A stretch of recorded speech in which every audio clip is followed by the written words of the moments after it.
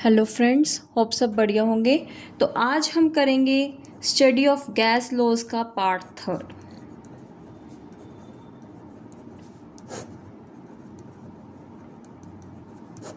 Study of gas laws का part third, ठीक है।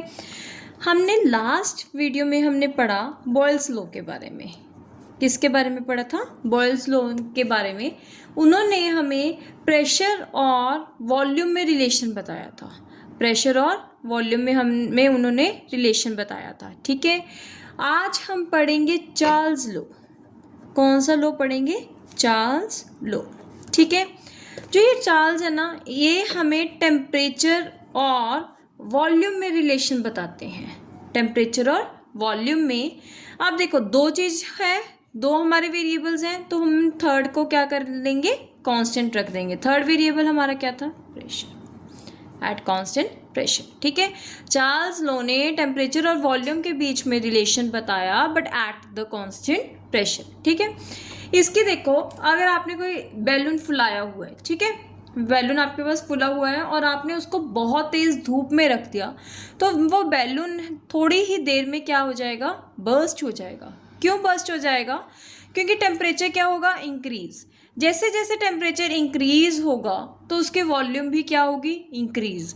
अब वॉल्यूम इंक्रीज होने के कारण जो बैलून है वो क्या हो जाएगा? बर्स्ट हो जाएगा। अब ये कैसे है? देखो, अगर टेम्परेचर इंक्रीज हो रहा है तो जो उसके मॉलिक्यूल्स हैं वो आपस में ज़्यादा टकराएंगे। आपस में ज़्यादा टकरा के वो क्या करेंगे? दूर दूर जाएंगे। क्या करेंगे? दूर दूर जाएंगे। जितनी वो दूर दूर जाएंगे उतनी उसकी क्या होगी? स्पेस बढ़ेगी, यानी कि उसकी वॉल्यूम बढ़ेगी, ठीक है। तो अभी हमने देखा कि जैसे जैसे टेम्परेचर बढ़ रहा है उसकी वॉल्यूम भी क्या हो रही है? इंक्रीज हो रही है। तो चार्ल्स लॉ हमें क्या कहते हैं कि जो टेम्परेचर है वो डायरेक्टली प्रोपोर्शनल होता है वॉल्यूम के। टेम्परेचर डायरेक्टली प्रोपोर्शनल है वॉल्यूम के eight constant pressure, at constant pressure, ठीक है। अब हम इनको क्या करेंगे? डिराइव करेंगे चार्ल्स लॉ को। सपोज कर लेते हैं कि कोई गैस है, उसकी वॉल्यूम क्या है? V1, ठीक है। किस टेम्परेचर पे? T1 पे, ठीक है। और V2 है T2 पे। तो V1 डायरेक्टली प्रोपोर्शनल हो गया T1 के। सिमिलरली अगर वॉल्यूम V2 है तो टेम्परेचर क्या है? T2 है, तो V2 directly proportional to T2, ठीक है। अब हम इसको ऐसे लिख सकते हैं, V1 by T1 equal to constant, V2 by T2 equal to constant, लिख सकते हैं ना।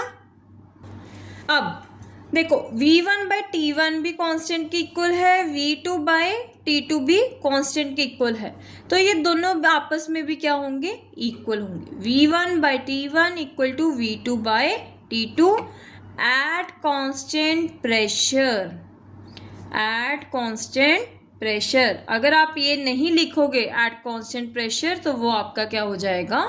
गलत हो जाएगा, ठीक है। देखो, अगर टेम्परेचर क्या हो रहा है? डबल हो रहा है तो वॉल्यूम भी डबल होगी। अगर टेम्परेचर हाफ हो रहा है तो वॉल्यूम भी क्या होगी? हाफ होगी, ठीक है। होप यहाँ तक सबको समझ आ गया। अब जो ये चार्ल्स लॉ है इसकी क्या क्या सिग्निफिकेंस है? अब देखो, वॉल्यूम डायरेक्टली प्रोपोर्शनल है टेम्परेचर के। अब डेंसिटी भी क्या होती है? डायरेक्टली प्रोपोर्शनल टेम्परेचर के। मतलब कि जैसे जैसे टेम्परेचर इंक्रीज होगा वॉल्यूम इंक्रीज होगी और जो डेंसिटी है वो क्या होगी? डिक्रीज। क्यों? क्योंकि जो डेंसिटी है वो क्या होती है? Mass upon volume, mass upon volume. अगर वॉल्यूम इंक्रीज हो रही है तो डेंसिटी ऑटोमेटिकली क्या होगी? डिक्रीज होगी। क्या होगी? डिक्रीज होगी। अब जो ये चार्ल्स लॉ है इसकी हम कुछ रियल लाइफ में कैसे कैसे हम इसको यूज़ करते हैं। एक तो अभी आपको हॉट एयर बैलून्स वाली बताई कि बैलून के बीच में हमने हवा भरी हुई है, अगर हम उसको सनलाइट में लेके जाएंगे तो वो क्या हो जाएगी? जो उसकी वॉल्यूम है वो एक्सपैंड हो जाएगी। वॉल्यूम क्या हो जाएगी? एक्सपैंड हो जाएगी, ठीक है। अब इसके एक और एग्जांपल हम कह सकते हैं, टायर में जो प्रेशर होता है, टायर में क्या होता है? प्रेशर होता है। अब देखो, अब जैसे जैसे टायर चलेंगे तो टायर क्या होंगे? गर्म हो जाएंगे। टायर क्या होंगे? गर्म। तो जब टायर गर्म हो रहे हैं मतलब टायर का टेम्परेचर इंक्रीज हो रहा है। टायर का टेम्परेचर इंक्रीज हो रहा है तो जो उसके अंदर एयर है उसकी वॉल्यूम क्या होगी? इंक्रीज होगी, वॉल्यूम क्या होगी, इंक्रीज होगी। ठीक है, जब वॉल्यूम इंक्रीज होगी तो ऑटोमेटिकली उसकी देखो, अब टेम्परेचर इंक्रीज हुआ, वॉल्यूम इंक्रीज होगी। ठीक है, बट टायर तो अपना उतना ही है ना, टायर तो नहीं चेंज हुआ, तो वॉल्यूम तो हमने क्या कर दी, फिक्स कर दी, वॉल्यूम क्या कर दी, फिक्स। तो उसके कारण जो प्रेशर है वो क्या होगा, चेंज होता रहेगा, मतलब उसका प्रेशर भी क्या होगा, इंक्रीज होगा। तो अगर आपने टायर्स में अगर हम वो चेक करवाते हैं, एयर का प्रेशर चेक अगर करवाते हैं, तो वो अगर हम धूप में करवा रहे हैं तो टेम्परेचर जो एयर का प्रेशर है वो डिफरेंट आएगा, और अगर हम शाम को करवा रहे हैं तो उसका एयर का प्रेशर क्या होगा, डिफरेंट आएगा। क्यों, due to Charles law, due to Charles law. ठीक है, अच्छा इसकी एक और एग्जांपल हम कर लेते हैं फूड प्रिजर्वेशन में। ठीक है, देखो अगर हमने कोई चीज़ प्रिजर्व करनी है तो हम उसको कहते हैं फ्रीज़र में रख दो। फ्रीज़र में क्यों रख रहे हैं, हम उसका टेम्परेचर क्या कर रहे हैं, कम। टेम्परेचर कम तो वॉल्यूम भी क्या होगी, कम। अब वॉल्यूम कम होगी तो उसके अंदर जो प्रेशर है वो भी क्या हो जाएगा, कम। अब प्रेशर कम हो गया तो वो क्या ऑटोमेटिकली क्या बन गई, वैक्यूम। वैक्यूम बन गई तो उसके अंदर कोई भी चीज़ बैक्टीरिया ग्रोथ नहीं हो सकती। अब बैक्टीरिया ग्रोथ नहीं होगी तो हमारी जो क्या है, हमारा जो फूड है वो खराब नहीं होगा। ठीक है, होप यहाँ तक सबको ही समझ आ गया। किसको कोई भी डाउट हो तो वो कमेंट बॉक्स में कमेंट कर सकता है।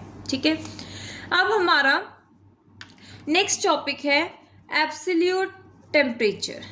एब्सोल्यूट टेम्परेचर या केल्विन स्केल, ठीक है, या फिर एब्सोल्यूट ज़ीरो भी कह सकते हैं। अब एब्सोल्यूट जो स्केल है या एब्सोल्यूट टेम्परेचर है वो क्या है, मतलब कि उस टेम्परेचर पे मतलब वो टेम्परेचर जब टेम्परेचर -273.15 डिग्री सेल्सियस हो जाता है, उस डिग्री पे हम क्या बोलते हैं, एब्सोल्यूट टेम्परेचर या एब्सोल्यूट स्केल ऑफ टेम्परेचर या केल्विन स्केल। ठीक है, हम -273 डिग्री सेल्सियस को हम क्या बोलेंगे, एब्सोल्यूट ज़ीरो बोलेंगे।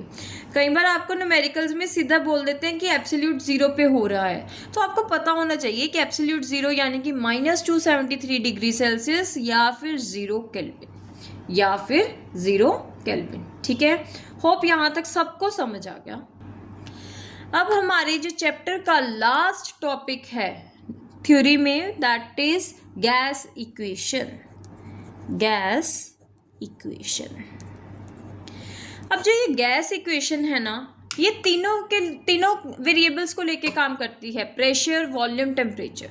प्रेशर, वॉल्यूम, टेम्परेचर, तीनों वेरिएबल्स को लेके जो गैस इक्वेशन है उसमें काम होता है। ठीक है, देखो बॉयल्स लॉ हमें क्या कह रहा था कि जो वॉल्यूम है वो इन्वर्सली प्रोपोर्शनल है प्रेशर के। ठीक है, और जो चार्ल्स लॉ था उन्होंने हमें क्या बोला था कि वॉल्यूम डायरेक्टली प्रोपोर्शनल है टेम्परेचर के। वॉल्यूम डायरेक्टली प्रोपोर्शनल है टेम्परेचर के। अगर हम दोनों को इकट्ठा करें तो ऐसे बन जाएगा V/T/P, T/P बन जाएगा।